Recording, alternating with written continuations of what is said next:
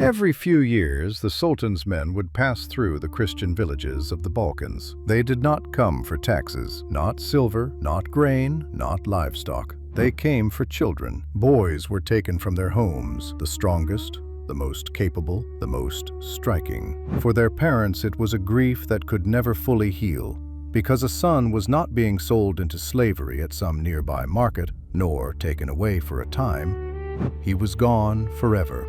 His name was stripped from him, his language, his faith, his family, his entire past. And in their place, they made him a Janissary, a soldier who no longer belonged to his village, his people, or even himself. He belonged to the Sultan alone. These were the men who stormed Constantinople, who stood at the gates of Vienna, who held the imperial court in fear, and who eventually grew so powerful that they began to decide the fate of the Ottoman Empire itself. This is the story of how a state tried to create the perfect warrior and came very close to succeeding. Why the Ottomans needed the Janissaries at all? When the Ottoman state was still in its early rise, its army relied heavily on the traditional forms of warfare common to Turkic and Islamic powers: cavalry, vassal contingents, and irregular forces. But as the empire expanded, it became clear that cavalry alone could only take you so far. For major conquests, for laying siege to great cities, for holding captured territories and maintaining firm control over the state itself, the Sultan needed more than just an army. He needed disciplined, professional infantry, loyal to him and him alone. And so, in the 14th century, under Sultan Murad I, the Janissary Corps was born. Their name meant the new army. But they were not simply another unit added to an existing force. They were something fundamentally different, a new instrument of power. Their role extended well beyond the battlefield. They served as garrison forces, guarded the palace, maintained order in cities, and when the situation demanded it, carried out punitive operations. In other words, the Janissaries were at once an army, the inner pillar of the throne, and a mechanism of control running through the entire empire. Devshirme, the blood tax. The system on which the corps was built was called the devshirme, meaning the collection. It was what later generations would call the blood tax. At regular intervals, typically once every few years, Ottoman officials and military detachments would move through the Christian lands of the Balkans: Serbia, Bosnia, Bulgaria, Greece, Albania, and other regions. Selecting boys for service to the Sultan, they took boys in their early teens, old enough to be shaped into soldiers, yet young enough for their identity to be completely broken and rebuilt from the ground up. The selection was rigorous.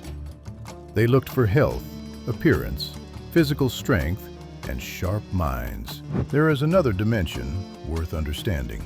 The Ottomans were solving not only a military problem, but a political one. By recruiting their forces from boys torn away from their communities, boys with no ties to the local Muslim nobility, the Sultan was creating a force loyal to him alone, one that could also serve as a counterweight to other military factions, above all, the Sipahi cavalry. The system was brutal. But from the perspective of cold political calculation, it was very nearly flawless. Over the full course of its history, the devshirme may have taken hundreds of thousands of boys, perhaps as many as 1 million. And that is precisely why, for the Balkans, this was not simply an Ottoman military reform.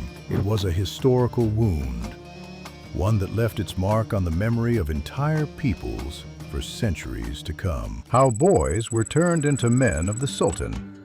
After selection, the boys were sent to the capital, to Constantinople, which would later become Istanbul. But not all of them followed the same path. The most capable, the most intelligent, the most promising were sent to the Enderun, the palace school, where they were trained not merely as soldiers, but as the future elite of the empire. The rest were distributed through the corps training system. First, they were placed with Turkish families in Anatolia, where they learned the Turkish language, absorbed Islam. After that, the young men were transferred to training units, where for years they were drilled in discipline, obedience, weapons handling.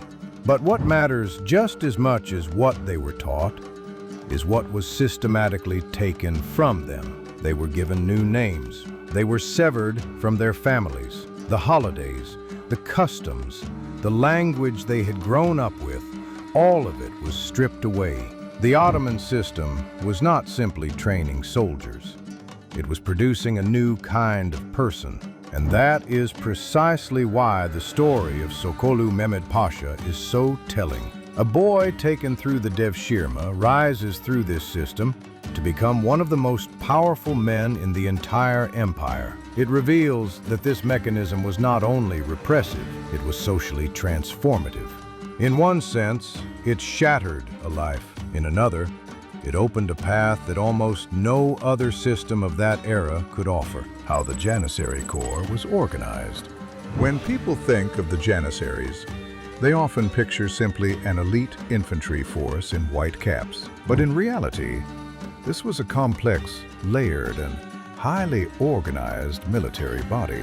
The basic unit of the Corps was the Orta, a regiment with a nominal strength of around 1,000 men. At the height of the Corps, the number of Ortas reached 196. The entire Corps was divided into several large branches, among them the Chimat, the Boluk, and the Sekban. The Sultan was considered the formal supreme commander, but real tactical leadership was exercised by the Janissary Aga, supported by the senior officers of the Corps.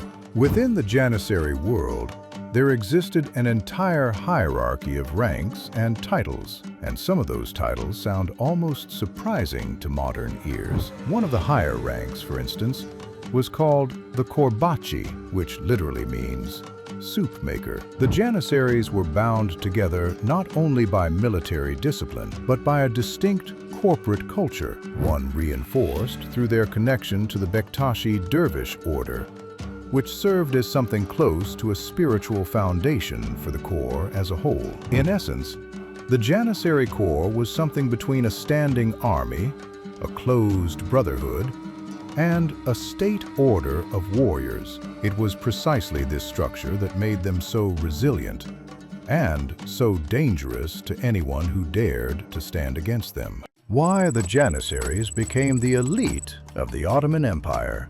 The strength of the Janissaries lay not only in their formation, their training, or their weapons. Their true secret was that they had almost no life outside of service. For much of their history, they were forbidden from marrying, from building a household, from pursuing any ordinary family life. They lived in barracks, much like warrior monks. When a Janissary died, his belongings passed to the regiment. They had no independent life back home, no inherited interests to protect. All of this forged a unique kind of military loyalty. A soldier like this did not serve his village, his tribe, his city, or even some abstract idea of empire. He served the Sultan personally. They took part in the greatest campaigns of the era. They were one of the decisive strike forces in the fall of Constantinople in 1453. They played a significant role in the victory at Mohacs in 1526. At the same time, for many men, service within the Kapakulu system opened doors to high standing, a pension, a civil career, and a degree of social mobility that would have been unthinkable under any other circumstances. It was this combination, absolute discipline, a path to advancement, a tight corporate identity, and direct proximity to the Sultan, that transformed the Janissaries into something more than an elite fighting force. They became a pillar of the empire itself. Weapons, appearance, and battle tactics. The Janissaries had a highly recognizable appearance.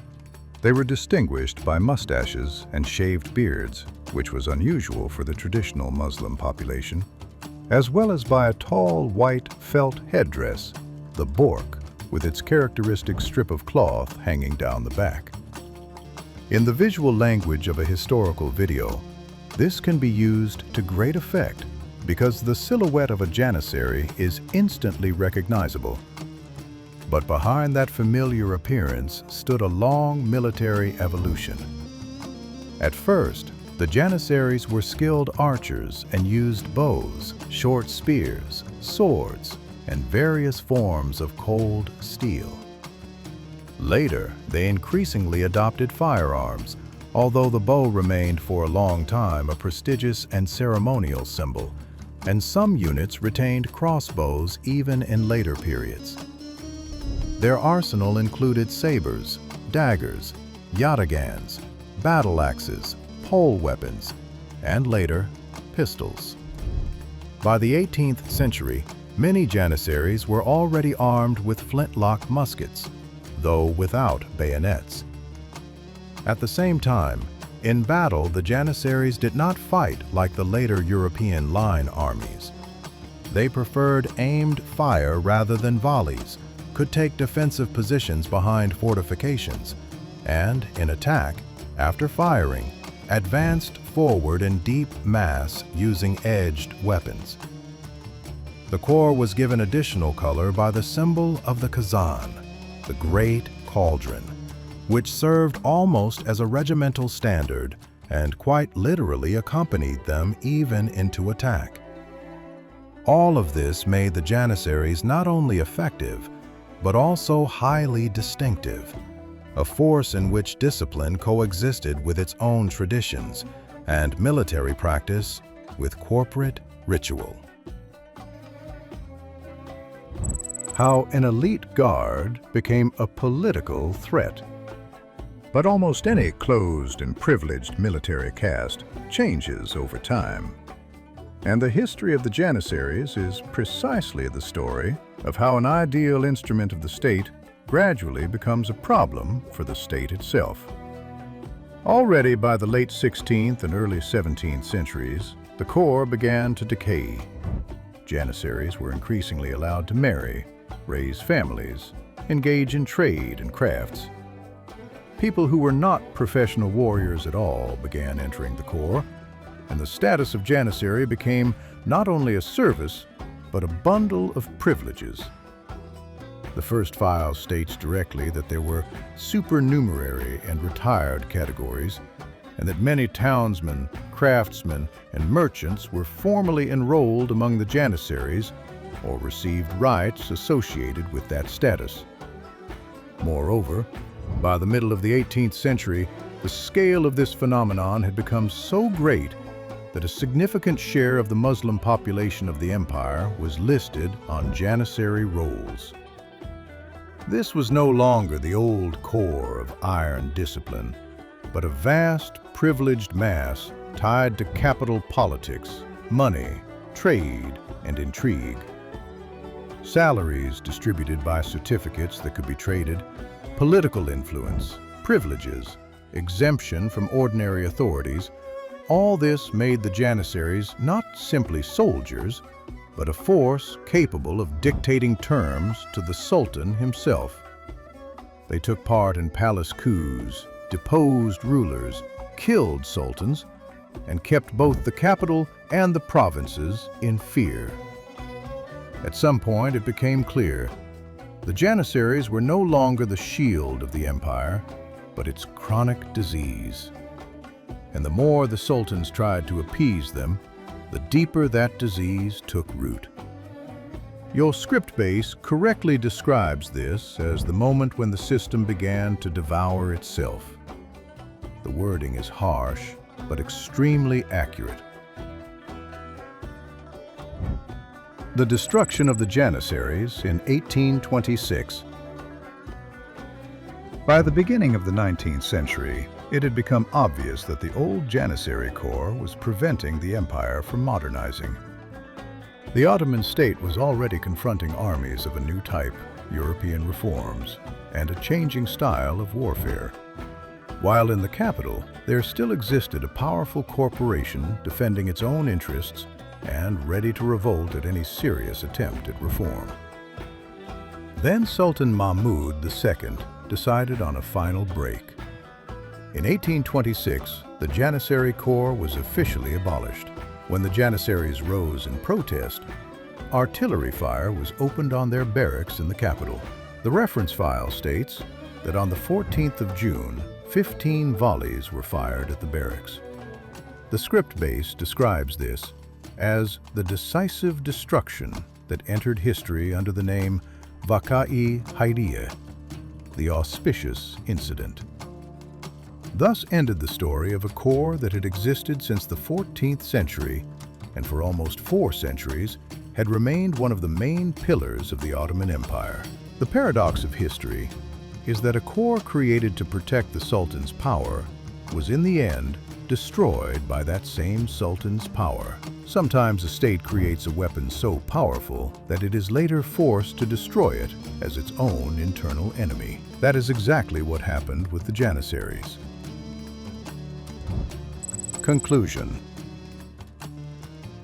The story of the Janissaries captivates not only because of its scale, but because of its inner contradiction.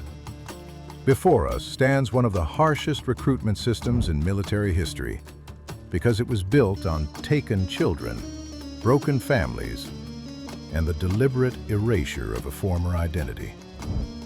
But before us also stands one of the most effective military mechanisms of the early modern world, one that gave the Ottoman Empire disciplined infantry, a manageable elite, and an instrument of enormous expansion.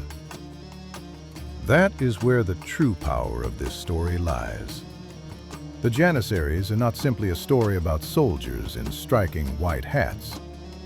It is a story about a state that decided to create loyalty artificially, to cultivate it by force, to tear a person away from his roots and reassemble him as part of an imperial machine.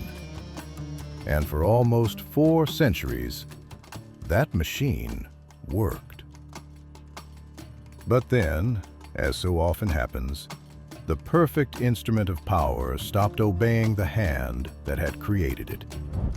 And so the empire destroyed its own creation. That is why the Janissaries remain, even today, one of the darkest, most complex, and at the same time most fascinating subjects in all of military history.